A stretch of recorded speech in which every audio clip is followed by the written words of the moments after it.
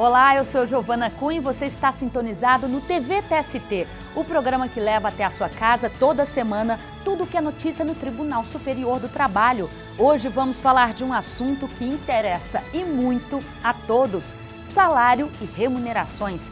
A gorjeta vale como pagamento e a comissão nas vendas? Gratificações, auxílios alimentação, saúde, transporte, participação nos lucros. Você vai entender tudo, então não saia daí, porque o TV TST está só começando.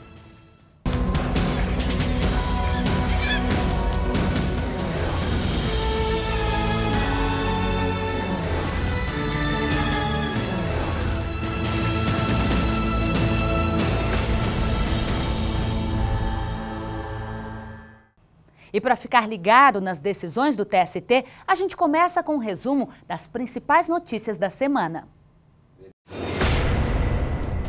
Trabalhador perde indenização por depoimento contraditório de testemunha.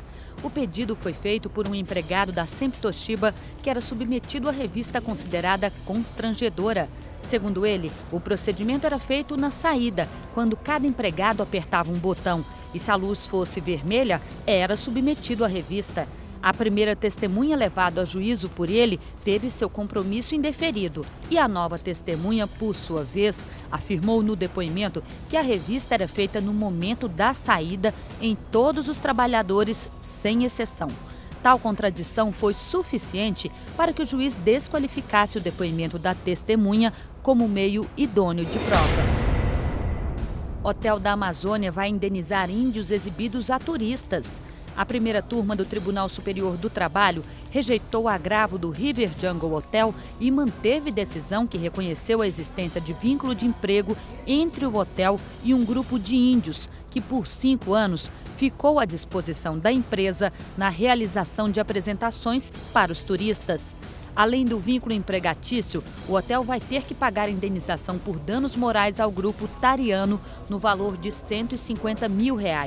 Com relação à indenização, o ministro do TST, Lélio Bentes, observou que os danos morais decorreram não só do uso indevido da imagem, mas também do sofrimento do grupo indígena a partir da exploração do trabalho em condições precárias. A demissão de um motorista de ônibus por justa causa pela empresa Gontijo de Transportes Limitada, com o argumento de que o teste do bafômetro havia acusado embriaguez, deu origem a uma controvérsia que acabou chegando ao Tribunal Superior do Trabalho. Na versão do trabalhador, o resultado do exame foi negativo. Na versão da empregadora, o exame mostrou graduação alcoólica de 0,06 graus. Como a empresa não apresentou os comprovantes do teste que dizia possuir, a demissão por justa causa foi revertida para dispensa imotivada na Justiça do Trabalho. Por unanimidade, a 6ª turma do Tribunal Superior do Trabalho aumentou para R$50 mil o valor da indenização por danos morais que será paga pela construtora Gomes Lourenço a um ex-empregado que perdeu a função do olho esquerdo num acidente de trabalho. O valor na sentença de origem era de R$10 mil, depois reajustado para R$20 mil no Tribunal Regional do Trabalho de Campinas. Mas, como destacou o presidente da turma e relator do processo, o ministro Aloísio Corrêa da Veiga, o valor estabelecido no TRT não era proporcional à gravidade da situação vivida pelo trabalhador e precisava ser aumentado. À primeira vista, a atividade parece simples, não requer muito esforço, o trabalhador passa a maior parte do tempo sentado, ao telefone ou digitando no computador. Mas se engana quem pensa que essas atividades não colocam a saúde do empregado em risco. Elas podem sim comprometer e muito o bom desempenho do profissional. Eu estou falando das doenças ocupacionais, cada dia mais comuns no ambiente de trabalho.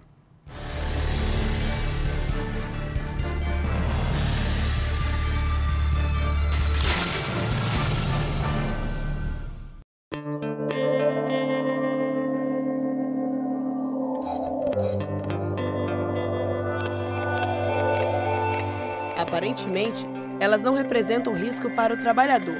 São atividades, por exemplo, como de bancário, digitador e auxiliar de limpeza. mas se engana quem pensa que elas não podem resultar em doenças ocupacionais, ou seja, aquelas desenvolvidas por causa do trabalho. Uma das mais conhecidas é a LER, lesão por esforço repetitivo, e a DORT, distúrbio osteomolecular, os dois relacionados ao trabalho que englobam cerca de 30 doenças, entre elas a tendinite. O trabalhador pode sofrer alterações nos tendões, articulações, músculos e nervos. Rejane de Fátima trabalha como taquígrafa há mais de 15 anos. Por digitar muito e ficar horas com o fone de ouvido acompanhando as sessões, a servidora já teve algumas doenças. Com o passar do tempo, o ouvido tem um cansaço. Eu já sinto que eu tenho uma perda, tanto que todo ano eu faço um exame de audiometria e outro de impedanciometria para avaliar a minha audição, porque é muito tempo. O ano passado eu tirei muita licença, porque tive dores fortíssimas. Inflamou o tendão e fui doutora Conceição, ela me deu licença, tive licença fora, até que aconteceu a troca dessa baia, que eu encaixei minha cadeira melhor. E devido a essas doenças ocupacionais, a vida do trabalhador também é afetada. Você não tem mais força na mão, né? Tanto que hoje em dia, assim, para viajar, eu tenho que levar uma mala mais leve. Quando eu vou abrir uma porta, que é aquela maçaneta de rodinha, eu tenho que ver qual mão que está melhor. Porque enquanto a gente está nesse processo de trabalhar muito, sempre está dolorido. Eu faço alongamento e eu fiquei dependente de fisioterapia. Eu fico assim, eu faço, aí passa um tempo, eu vou lá no médico, eu peço mais umas sessões, porque lá obriga a fazer um alongamento, ultrassom, TENS, o laser, que isso me dá um alívio muito grande. Marisa Ferreira é mais uma que trabalha diariamente com fone de ouvido. Nós ficamos várias horas com o fone, ouvindo detalhadamente tudo o que os ministros falaram em sessão e vamos fazendo pequenos ajustes, porque eles, no calor, né, dos debates, falam a língua, como eu te falei, coloquial. E a gente tem que transformar isso na língua escrita, que é a mais culta. Então, fazemos algumas modificações no sentido de melhorar cada vez mais, né, esse trabalho aqui na taquigrafia. Nós temos que ficar no máximo 1 hora com o fone, depois temos que parar pelo menos uns 10 a 15 minutos, justamente para não termos problemas futuros, né, problemas auditivos futuros. Mas nós ficamos, em média, por dia, até 6 horas com o fone. Apesar de nunca ter tido doença ocupacional, ela já presenciou muitos colegas com problemas de saúde no trabalho. Nós temos alguns colegas que têm problemas de perdas auditivas, por isso nós temos que fazer exames contínuos nessa área. E para evitar essas doenças, Marisa procura descansar alguns minutos antes de retornar à atividade. Eu acho que a melhor coisa é você fazer uma pausa no seu serviço, né? A cada 1 hora você tem que levantar, andar um pouquinho, tirar o fone, porque não é só o fone, a sua visão também, né, de você ficar tão perto do monitor tantas horas, fica também prejudicada. Então eu acho que é isso, você dá uma pausa e não ficar ininterruptamente trabalhando. As doenças ocupacionais geralmente são desenvolvidas pela repetição, ou seja, o trabalhador fica, por exemplo, digitando durante muito tempo sem pausas e alongamentos. Até mesmo serviços rotineiros de limpeza podem deixar os empregados com sérios problemas. Eu tenho uma leve bursite no braço e tenho tendinite na mão, devido aos movimentos rotativos iguais, do mesmo jeito, então a tendência é adquirir mesmo a doença. Mas o que fazer não só para evitar, mas principalmente para recuperar o trabalhador que desenvolveu uma doença ocupacional? Bem, as empresas estão em alerta. Elas sabem que precisam fazer a parte delas para reduzir as ocorrências e incentivar a prevenção. O corre-corre, as cobranças e a quantidade de trabalho muitas vezes fazem com que o empregado não pare um só segundo, seja para se exercitar ou até mesmo para levantar da cadeira e caminhar um pouco. Por isso, em muitos locais, a prática da ginástica laboral é adotada para reduzir os impactos das atividades repetitivas.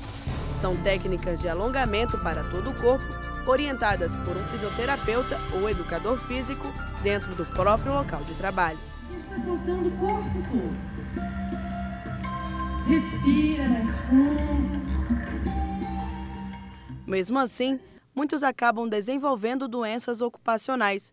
Mas antes de entrar na Justiça do Trabalho pedindo indenização por dano moral, material ou até mesmo estético, o empregado precisa provar que a doença foi causada pela atividade. O perito vai indicar para o julgador se naquela circunstância a doença foi causada pelo trabalho e, mais ainda, qual foi o grau de perda que o trabalhador sofreu a partir daquele adoecimento para mensurar o valor da indenização. Tudo isso é verificado pelo médico perito, que vai atestar e fazer a concessão do auxílio doença acidentário e, a partir daí, pelo tempo que for necessário para o trabalhador ser curado e ter o tratamento, ele fica recebendo o benefício. Se provar que a doença tem relação com o serviço, todo o tratamento do funcionário deve ser pago pela empresa. A empresa tem por obrigação fornecer o equipamento de proteção individual. Quando o trabalhador precisa fazer um tratamento, a empresa se responsabiliza pelo tratamento desse funcionário. A maioria das empresas, hoje em dia, ela adere a esse tipo de tratamento. E fique atento, ser demitido logo depois do tratamento é ilegal. Quando ele se afasta em razão de acidente ou doença ocupacional, depois da alta, ele tem uma garantia de 1 ano no local de trabalho. Porque, naturalmente, ele perdeu a sua capacidade de produtividade, a sua produtividade reduziu, ele está mais inseguro, especialmente quando ocorre o acidente. Então, a Lei 8.213 garante no artigo 118 a estabilidade de 1 ano após o seu retorno ao trabalho.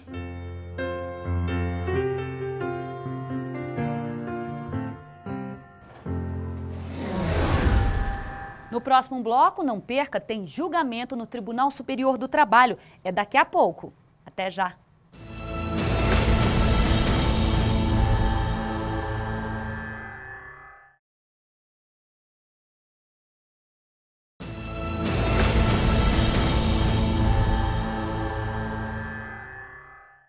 Quem recebe gorjetas precisa conhecer a súmula 354 do TST. A súmula 354 do TST diz que as gorjetas cobradas pelo empregador na nota de serviço ou oferecidas espontaneamente pelos clientes integram a remuneração do empregado, não servindo de base de cálculo para as parcelas de aviso prévio, adicional noturno, horas extras e repouso semanal remunerado. A gorjeta, tanto aquela paga pelo cliente quanto aquela paga na comanda de serviço, integra a remuneração do obreiro, mas não integra a base de cálculo para aviso prévio, repouso semanal remunerado, adicional noturno e horas extras. Já as verbas, 13º salário, férias e FGTS devem ser pagas ao obreiro com a integração da gorjeta. E hoje nós vamos falar mais sobre remuneração. É daqui a pouco. Bem, agora tem julgamento. A seção 1 de dissídios individuais do TST reconheceu que a pensão mensal vitalícia paga a empregado que sofreu acidente de trabalho deve ser repassada até que a vítima complete 70 anos. O caso chegou ao tribunal depois que uma empresa pediu a redução para 65 anos. Veja na reportagem. Tive muita depressão no início, cheguei quase ao pânico, porque você fica se sentindo assim totalmente incapaz de tudo. Selene Lemos desenvolveu LER, lesão por esforço repetitivo, depois de trabalhar 27 anos como radialista na função de operadora de caracteres e conta que ficou afastada por 5 anos pelo INSS. Só retornou ao serviço quando foi transferida para o sindicato da categoria, lugar que trabalha até hoje.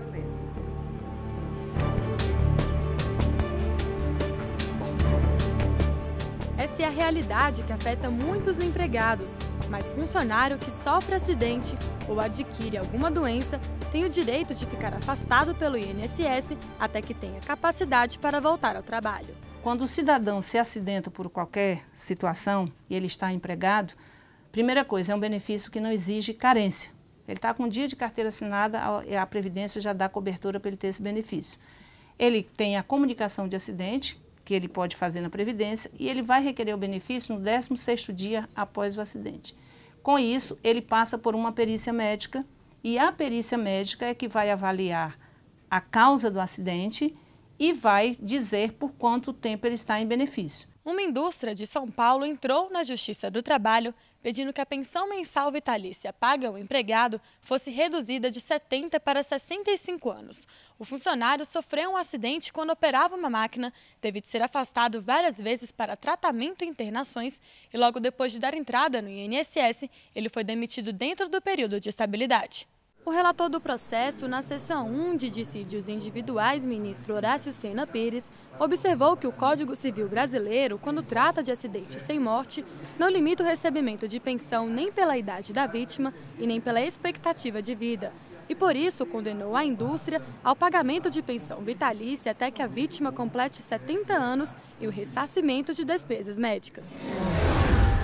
Acompanhe agora o julgamento do caso. O relator dirá com a palavra a sua excelência o ministro Horácio. 50.200, lesão ocorrida anteriormente a danos morais e materiais, doença ocupacional, lesão ocorrida anteriormente à promulgação da emenda constitucional 45, prescrição aplicável. Primeiro arresto colacionado, oriundo da 4ª turma, assim como 2 arrestos julgados pela SDI, não obstante tratarem de dano moral proveniente de acidente de trabalho, não enfrentam a premissa fática segundo a qual a ação foi ajuizada antes da emenda constitucional 45. Por isso eu estou dizendo que o embargo não pode ser conhecido em face dessa situação. No terceiro item, Sua Excelência se refere pensão mensal e idade limite. Limitação temporal ao pagamento de pensão mensal. O Código Civil não traz limitação à pensão pela idade do lesado ou pela provável duração de sua vida, quando se trata de acidente em que não houve morte do ofendido. Se a vítima sobreviveu ao acidente e sendo verificada a incapacidade, o pensionamento deve se estender pela duração de sua vida, não prosperando a tese de limitação. Nesse contexto, a vítima de lesões permanentes, como no caso, tem direito à mensal vitalícia.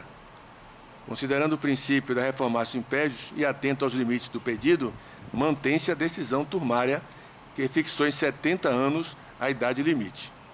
Então, eu estou parcialmente conhecendo, mas não provendo, porque já existe esse limite fixado pela própria pretensão da parte. Mas a tese em si, que estou lançando, é nesse sentido de que se a vítima não morreu e se há esta lesão de efeito permanente, deve-se, portanto, assegurar a pensão vitalícia. Pois não, ministro, alguma... Não, senhor presidente, eu destaquei apenas pela relevância da matéria. Penso que é a primeira vez que a SDI se pronuncia sobre o tema. As turmas têm efetivamente controvertido ou debatido a questão, mas eu estou integralmente de acordo com o ministro Horácio. Eu penso que a fixação da pensão mensal, ela não deve levar em consideração projeções de estimativa de vida. Ela é mensal e vitalícia. Estou acompanhando, Sua Excelência. Pois não. Algum destaque, alguma consideração? Senhor presidente. Pois não, desembargador. Gostaria também de acompanhar o voto, e é interessante que seja registrado isso, porque durante muito tempo, especialmente na Justiça Comum, entendia-se que no caso de morte, a pensão deveria limitar-se a 65 anos, mesmo quando a vítima sobrevivia ao acidente. E agora, com o Código Novo, não há essa limitação. Enquanto ela estiver viva, ela pode obter renda. Por isso que a pensão é vitalícia. Então, estou inteiramente de acordo também com o voto. Mas como o pedido aqui limitou a 70, né, a própria parte se autolimitou. Pois é, a proposta aqui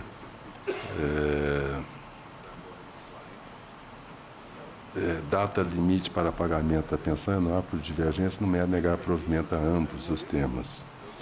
Como não chegou a abrir tese sobre esta não limitação, creio que não devamos fazê-lo agora, porque aqui há uma questão que impede abrir essa tese. Sua Excelência diz que seria julgamento impégios, e por isso se abstém, mas lança a tese. E creio que só devemos lançar a tese se realmente a decisão tiver consequência jurídica. Por isso, eu não tenho nenhuma discordância, mas eu vou abrir tese. Se eu já admito que nem posso abri-la porque haveria julgamento impégios, a indagação é, ainda assim, abro a tese? Pois é. Presidente, se você me permite uma ponderação, ao que entendi, a turma fixou...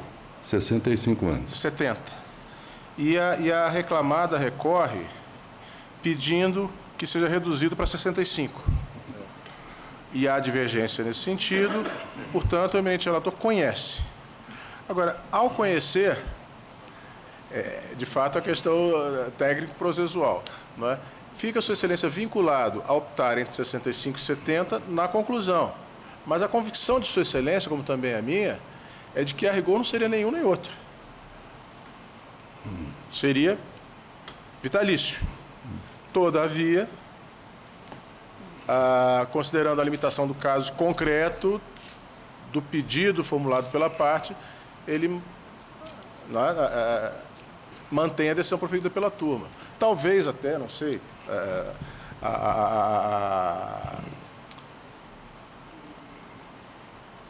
a fundamentação pudesse ser deduzida no sentido de que o entendimento de Sua Excelência, e não sei se será o da maioria ou não, no sentido da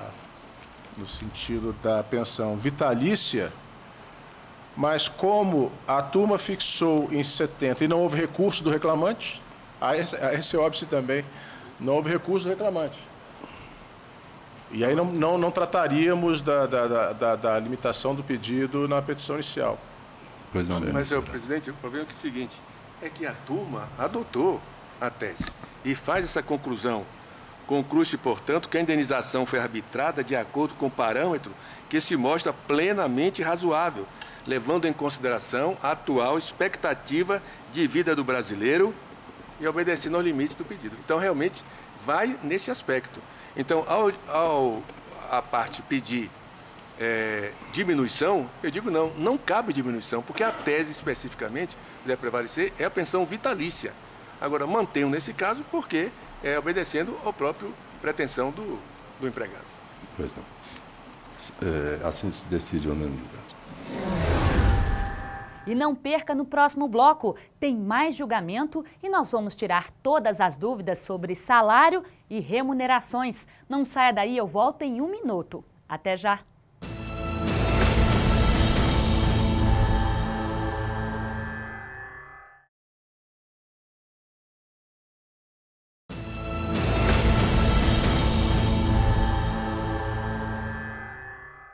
Um erro processual levou os ministros da seção 1 de dissídios individuais do TST a negarem o recurso a um empregado que tentava reverter uma decisão da 6ª turma do tribunal.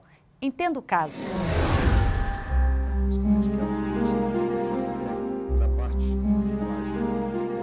Luciano Rocha tem um problema de hérnia de disco, agravado por causa do trabalho.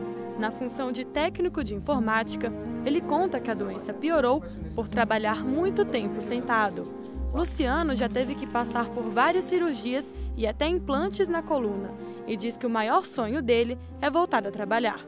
Você, em condições normais, tem o seu dia a dia, acorda cedo, vai ao trabalho, retorna ao final de tarde, tal, encontra a sua família. Então, você se vê na condição de não ter como fazer as tarefas que habitualmente você faz, isso seja desde levantar ao deitar. Quem tem problema de coluna sabe do que eu estou falando, porque no meu caso eu sinto dificuldade até de calçar um tênis, vestir uma roupa, vestir uma bermuda, vestir uma calça.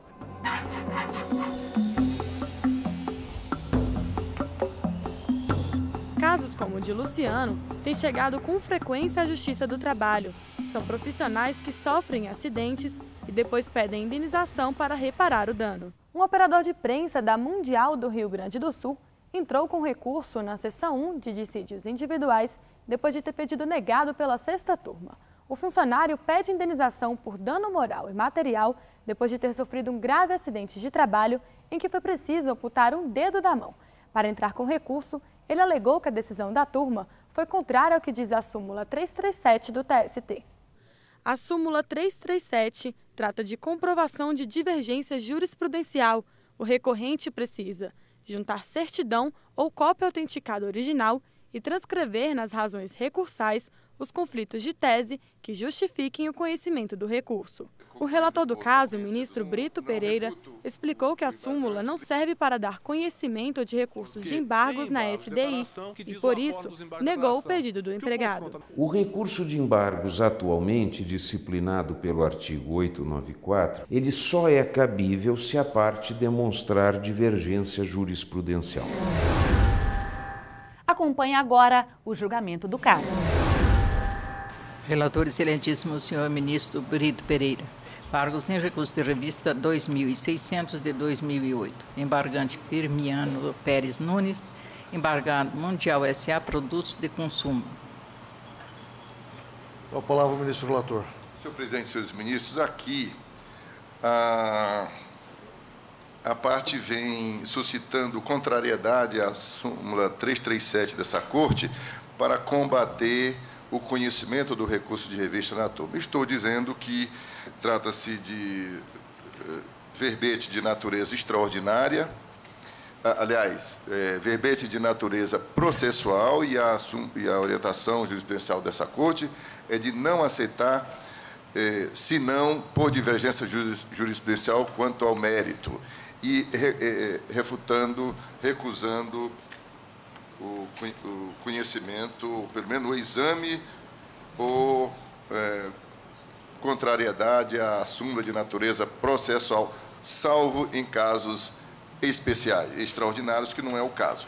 De modo que eu estou concluindo por não conhecer dos embargos ou desfundamentados. Doutor Alexandre Lindoso, gostaria de sustentar pelo reclamante e embargante? Sim, excelência. Eu peço a palavra com procuração nos autos. Conceda a palavra pelo tempo regimental.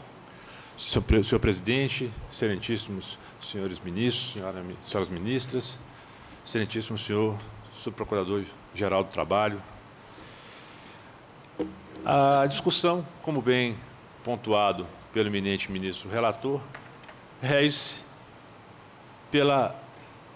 pelos requisitos formais de comprovação da divergência jurisprudencial perante a egrégia turma. Vejam, vossas excelências, o que constou do conhecimento do recurso de revista perante a egrégia turma. A parte logra demonstrar a divergência válida e específica por meio dos arestos de folhas 301 e 302, que registram tese de ser aplicável à prescrição da legislação civil à pretensão de indenização por dano moral ou material decorrente de acidente de trabalho. Conheço por força da linha A do artigo 896 da CLT. O que é importante pontuar, senhor presidente e senhores ministros, que no recurso de revista, a parte limitou-se a reproduzir arestos. A exemplo do voto, do processo que inaugurou a sessão desta manhã, o voto vista do eminente ministro Barros Levenhagen, não houve o confronto analítico entre a tese sufragada pelo egrégio regional e a tese esposada pelos arestos paradigmas. Daí porque, em embargos de declaração, postulou-se fosse emitido exame acerca da diretriz estampada na súmula 337. Os embargos de declaração foram acolhidos mediante a afirmação da egrégia turma no seguinte sentido: dos argumentos do recurso de revista, percebe-se a existência do confronto analítico, uma vez que a reclamada sustenta ser inaplicável, no caso dos autos, a regra estabelecida no artigo 205 do Código Civil Brasileiro, eis que a pretensão obreira de indenização possui caráter eminentemente de natureza civil, havendo regramento próprio no Código Civil, qual seja, a regra constante do 206. Então vejam, vossas excelências, o que diz o acórdão dos embargos de declaração, que o confronto analítico teria se operado, uma vez que a reclamada sustenta ser inaplicável à prescrição do 205. Então, na verdade, o que dilucida a egrégia turma não é a existência de um confronto analítico, é a própria tese que constava no recurso de revista. E o que é o conflito analítico? É pegar-se a tese estampada na jurisprudência trazida como divergente e fazer-se um confronto com aquela tese estampada no acórdão regional. Isto é o confronto analítico que é exigido pela súmula 337. A jurisprudência desta Corte, senhor presidente e senhores ministros, não a desconhecemos. É no sentido de que as regras técnicas próprias dessas súmulas de natureza processual, em tese, não são aplicáveis para efeito de conhecimento de recurso de embargos. Trago a colação, entretanto, senhor presidente, primeiramente, o acórdão da lavra do eminente ministro Vantuil Abdala, em que diz o seguinte: a indicação de conflito com as súmulas 296 e 337 do TST, aplicada pela turma para não conhecer do recurso de revista da reclamante, não enseja o conhecimento destes embargos. Prossegue Sua Excelência. Essa é a regra.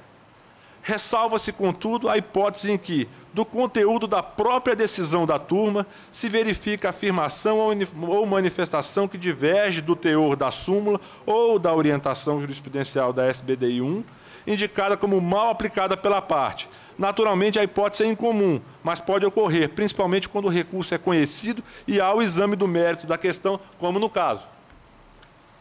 E diz mais o ministro Vantuil: não se pode considerar impossível que meritoriamente haja má interpretação de súmula ou orientação jurisprudencial, inclusive de direito processual. E é a hipótese.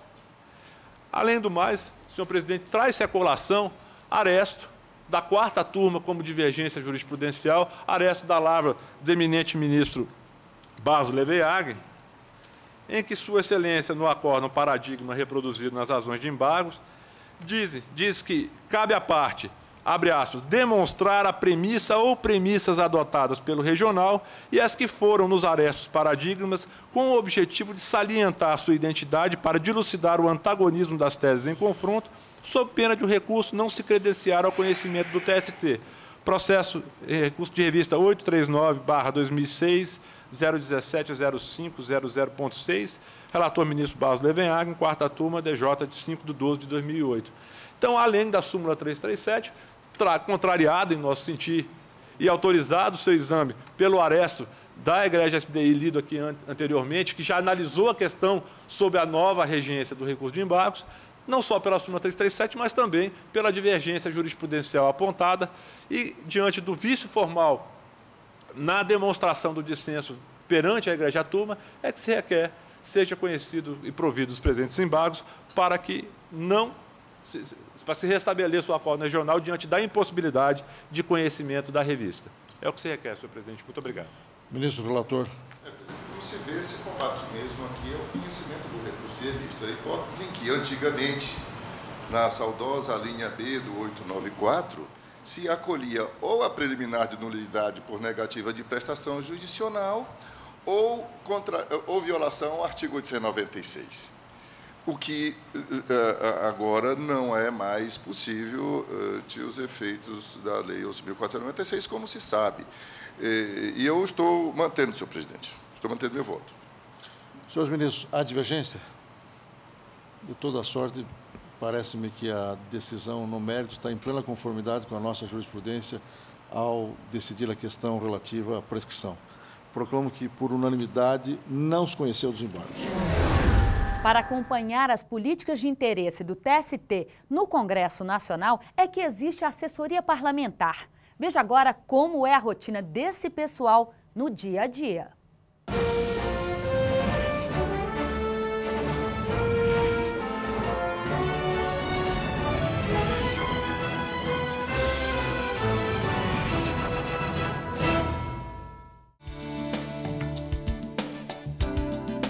O trabalho da assessoria parlamentar do TST começa cedo, mas nem sempre tem hora para acabar. Os 5 servidores e os 2 estagiários que formam a equipe têm que ter muita flexibilidade e jogo de cintura para que tudo saia bem feito.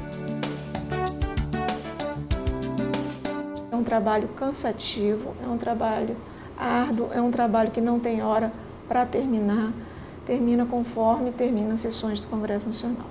E como em todas as profissões, o trabalho do assessor parlamentar é bem estressante e precisa de total confiança do presidente do tribunal. O assessor ele tem que estar muito familiarizado com a orientação específica do presidente e o posicionamento do governo e da oposição.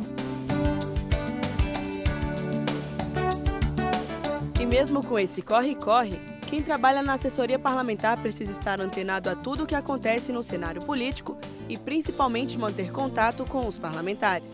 O assessor parlamentar ele tem que ser um conhecedor do dia a dia, do ambiente legislativo, ele tem que conhecer as sutilezas dos trâmites, ele tem que ter um conhecimento grande dos parlamentares, porque quando você faz essa interlocução, a pessoa do assessor parlamentar passa a ser o representante da Justiça do Trabalho. Para dar maior interatividade entre o TST e o Congresso Nacional, Clara acompanha todos os dias no Senado e na Câmara dos Deputados os projetos de lei que dizem respeito à Justiça do Trabalho. Uma assessoria parlamentar profissional, eficiente, engajada, faz com que o trâmite seja bem mais rápido, porque leva o conhecimento ao presidente de quais os caminhos que ele pode seguir. A decisão é dele, mas a partir do momento que a assessoria está lá dentro, que tem um conhecimento vastíssimo em regimento interno, que tem um conhecimento com os parlamentares, facilita muito esse diálogo político e, com isso, os resultados são bem maiores. E para falar sobre salário e remunerações, eu converso agora com o ministro do TST, Augusto César. Olá, ministro, muito obrigada pela participação do senhor aqui no TV TST. E eu pergunto, gorjeta é salário ou remuneração? Em verdade, a gorjeta ela não integra o salário. A remuneração, e essa é uma distinção que o legislador faz, a remuneração significa salário mais gorjeta. Qual é a preocupação do legislador? É não permitir que o empregador se utilize da gorjeta para compor o salário mínimo a que está obrigado o empregador. O empregador necessariamente tem que pagar o salário mínimo ao empregado, qualquer que seja ele. Esse está garantido. Esse está garantido. Além disso, se o empregado recebe gorjeta, ele recebe uma parcela que vai se incorporar para além do seu salário na remuneração dele. A grande distinção entre salário e remuneração, na verdade, é essa, é a de que a remuneração é composta também por gorjeta, e hoje se compreende, composta também por parcelas que não são pagas pelo empregador, porque na década de 40, quando se construiu esse texto legal, a parcela que não era paga pelo empregador normalmente era a gorjeta. Hoje existem alguns trabalhadores que recebem de terceiros, de fornecedores do produto que eles estão vendendo em lojas, enfim, o direito de arena do atleta profissional, né? São parcelas que são pagas por terceiros em razão da prestação de trabalho. O direito de trabalho chama uma parte dessas parcelas de gueltas, né? Mas isso é uma terminologia jurídica, não é necessário saber isso. O importante é perceber que o empregador está obrigado a pagar pelo menos o salário mínimo. Quer dizer... Independente da gorjeta. Ok, mas e o que entra como gorjeta, ministro? Ele entra no cálculo de algum benefício, seja lá 13º ou não? Existe toda decisão, toda construção jurisprudencial, quer dizer, toda vez que a jurisprudência, os tribunais trabalhistas consolidam um determinado entendimento, o Tribunal Superior do Trabalho dita súmula. Então, há uma súmula, que é 354, dizendo que existem 4 parcelas que têm como base de cálculo apenas o salário. Em outras palavras, para essas 4 parcelas, você não considera a gorjeta. Essas 4 parcelas são hora extra, adicional noturno, repouso semanal remunerado e aviso prévio. Em relação às outras parcelas, a não ser que a lei que instituiu a parcela diga que a base de cálculo é o salário, não é a remuneração, mas em relação às outras parcelas, férias, 13º salário, FGTS, para tudo isso você tem que considerar a gorjeta, que é uma situação interessante, porque às vezes quando a gorjeta é aquela gorjeta espontânea, o empregador sequer sabe exatamente quanto é que o empregado está recebendo de gorjeta. E aí ele vai ter que se valer de tabelas que são preparadas pelo SESC, pelo sindicato e tal, para fazer uma estimativa dessa gorjeta e sobre esse valor calcular o FGTS que vai recolher do empregado, como eu falei, pagar 13º salário, pagar férias, enfim, parcelas que têm a remuneração como base de cálculo. Agora, e a gorjeta, ela pode ser controlada pelo empregado, ministro? Assim, pode haver um controle próprio dele, independente do controle que o empregador está fazendo? Pode, mas aí é uma situação interessante, porque existe aquela gorjeta espontânea, como eu disse, que é aquela gorjeta que o cliente dá no estabelecimento comercial, no bar, no restaurante, porque se sente bem, se sente satisfeito, né? Exatamente, com o serviço. E há aquele adicional de conta, né, que todos conhecem, não é uma peculiaridade brasileira, existem alguns países, inclusive, que a gorjeta é obrigatória. Esse adicional de conta é aquele adicional que vem normalmente no Brasil, vem 10%, né, do valor. E no Brasil é opcional, não é, ministro? Seria opcional. Na relação de consumo, é evidente que essa obrigação de pagar esse adicional de conta está atrelado a uma predisposição, eu diria assim, do cliente. Então, se o cliente tem no cardápio que lhe é apresentado a informação de que o estabelecimento está cobrando 10% de gorjeta, ele está se obrigando a pagar. Se não é assim, ele não estaria necessariamente obrigado, porque ele se obriga em relação àquele preço. O que é interessante para a relação trabalhista é que esse valor ele reverta em favor do empregado propriamente. Então, ainda na última semana, na última sessão, ou penúltima sessão da 6ª turma, houve uma situação interessante em que se detectou num processo que um acordo coletivo, portanto, com a anuência, inclusive, do sindicato local, né, em um dos lugares aí desse Brasil, não lembro qual, mas um acordo coletivo previa que uma parte do que era arrecadado a título de gorjeta deveria ser retido em favor do empregador e tal. E isso foi denunciado ao Ministério Público. Por quê? Porque quando o empregador arrecada aquela gorjeta, em princípio, é natural, é razoável que ele queira fazer uma divisão desse valor em relação a todas as pessoas que participam do serviço. É possível, por exemplo, que ele queira fazer com que todos os garçons recebam equitativamente, independentemente de estarem ou não em um ponto mais interessante daquele estabelecimento. Dependente Isso é possível.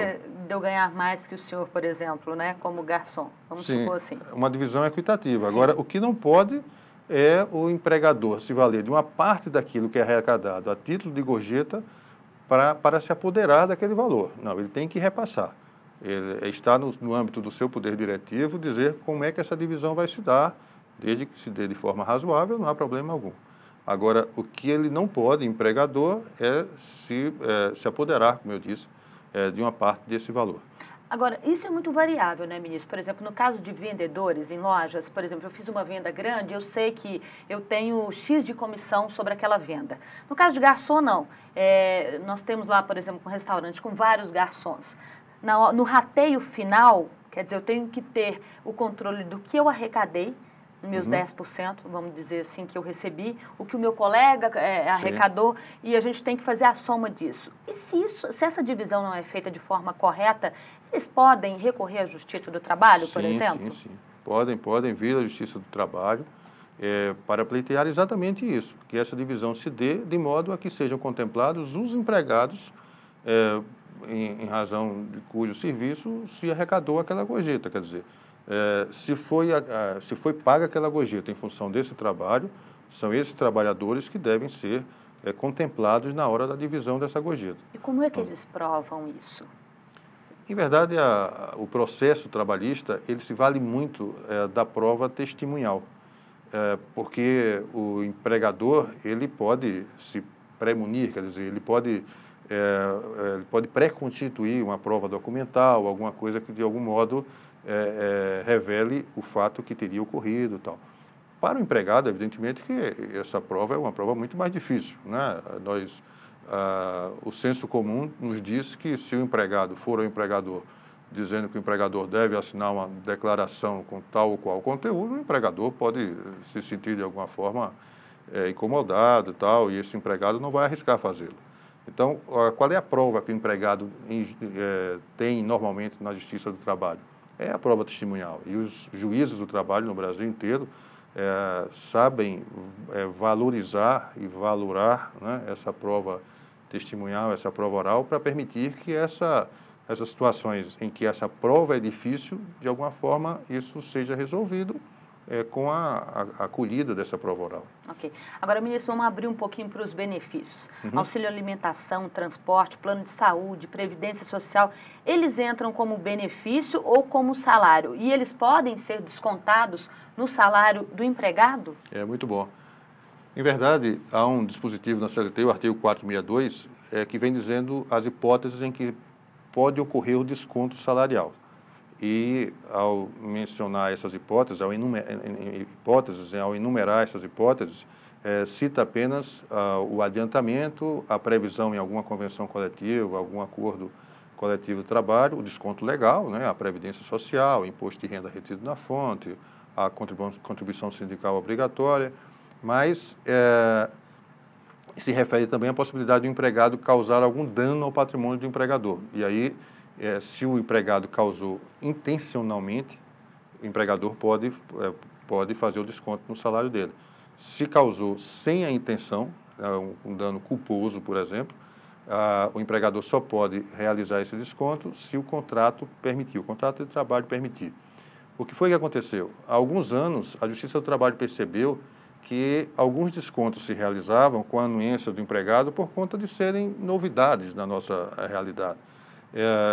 O plano de assistência médica, por exemplo, esses planos de previdência complementar, enfim.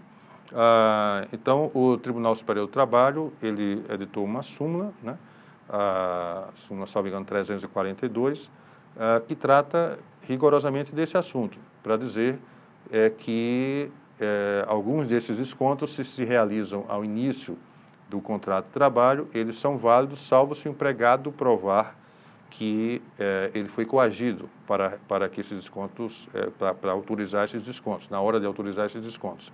Além disso, bem recentemente, o dispositivo que eu falei, o artigo 462 da CLT, ele teve alguns parágrafos acrescentados exatamente para contemplar essas situações, esses benefícios, muito bem colocado, que o empregador assegura ao empregado e que, na verdade, acontecem porque o empregador está substituindo, vamos dizer assim, o Estado brasileiro. O Estado brasileiro estaria obrigado a prover transporte, a prover saúde, a prover educação, a prover a previdência complementar.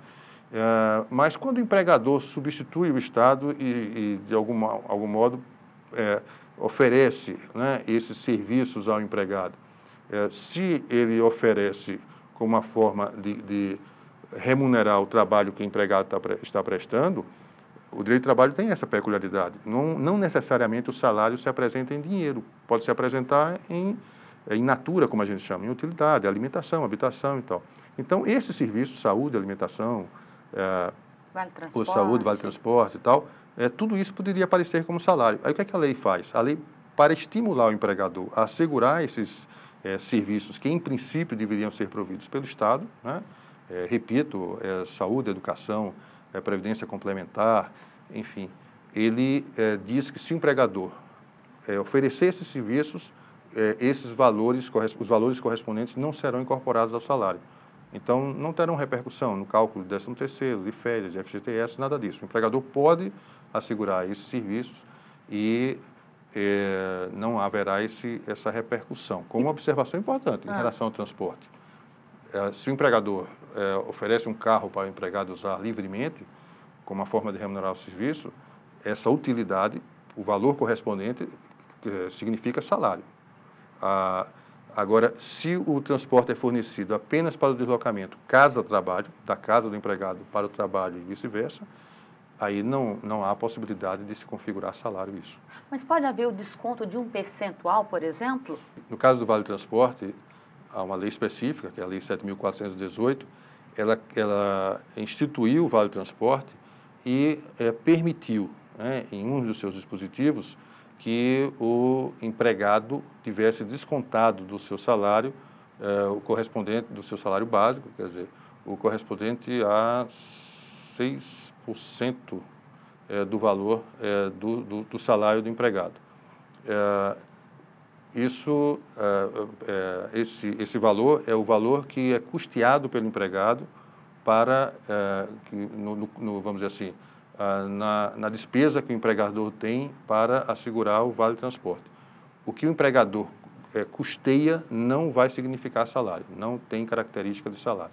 Existem outras parcelas, por exemplo, a participação dos lucros, por força de lei, não vai significar salário também. Às vezes a lei diz que algumas parcelas não têm essa natureza de salário, e aí se observa. Exatamente, eu queria também entrar nessa questão da participação nos lucros. Algumas empresas garantem e repassam isso ao empregado, outras não.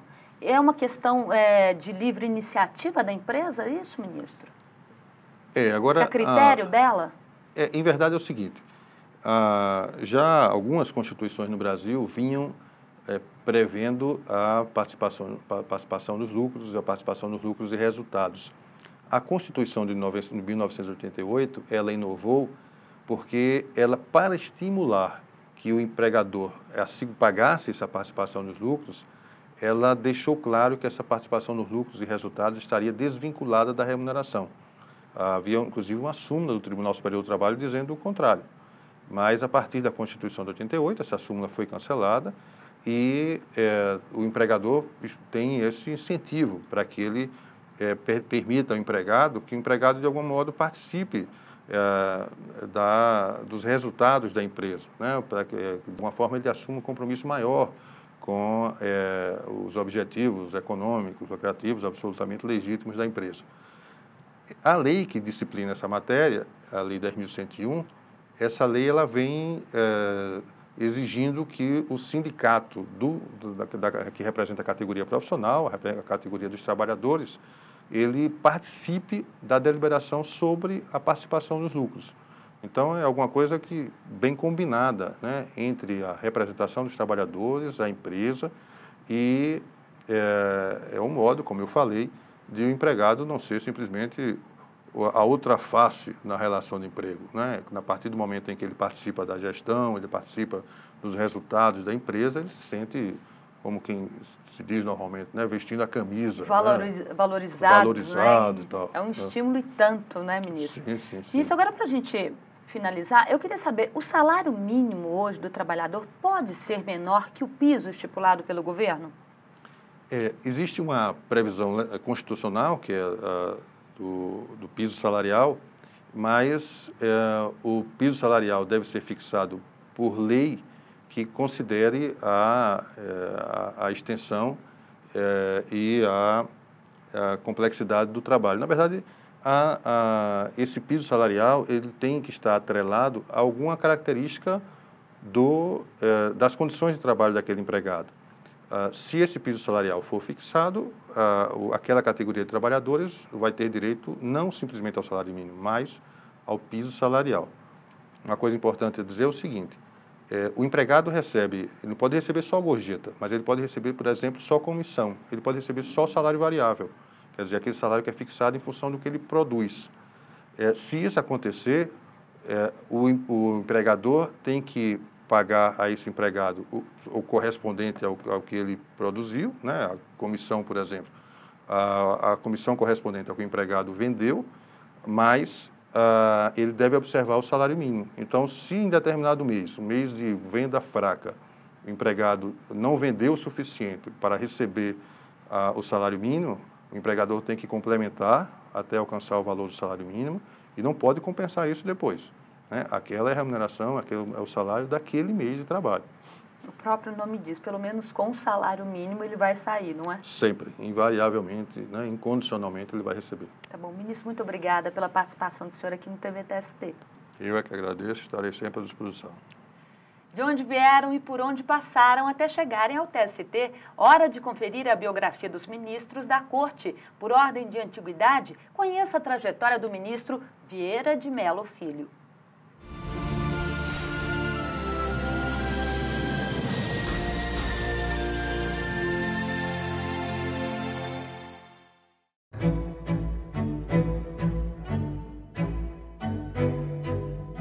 O ministro Luiz Felipe Vieira de Mello Filho nasceu em Belo Horizonte em 24 de março de 1961.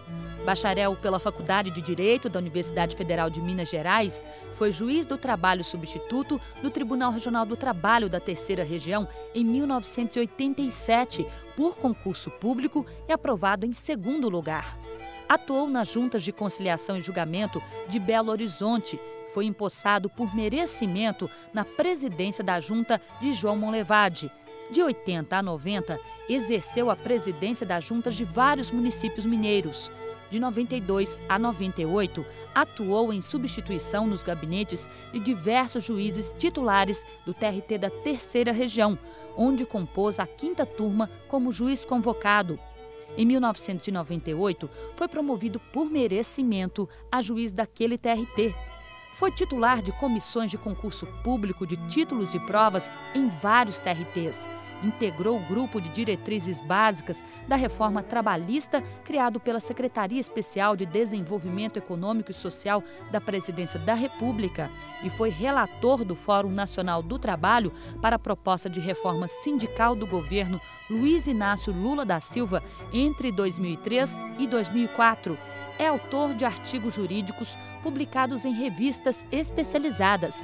Em 1997, foi chamado pela primeira vez pelo Tribunal Superior do Trabalho para atuar inicialmente por 6 meses como juiz convocado no tribunal.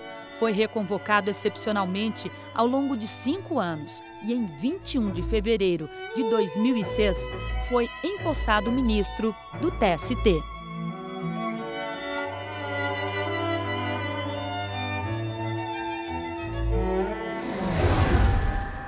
Você pode seguir o TST em todas as redes sociais. Ele está no Twitter, no Facebook, no YouTube e, se quiser acompanhar as notícias no Tribunal Superior do Trabalho em tempo real, o caminho é o site tst.jus.br. Na semana que vem tem mais TV TST e eu espero você. Até lá!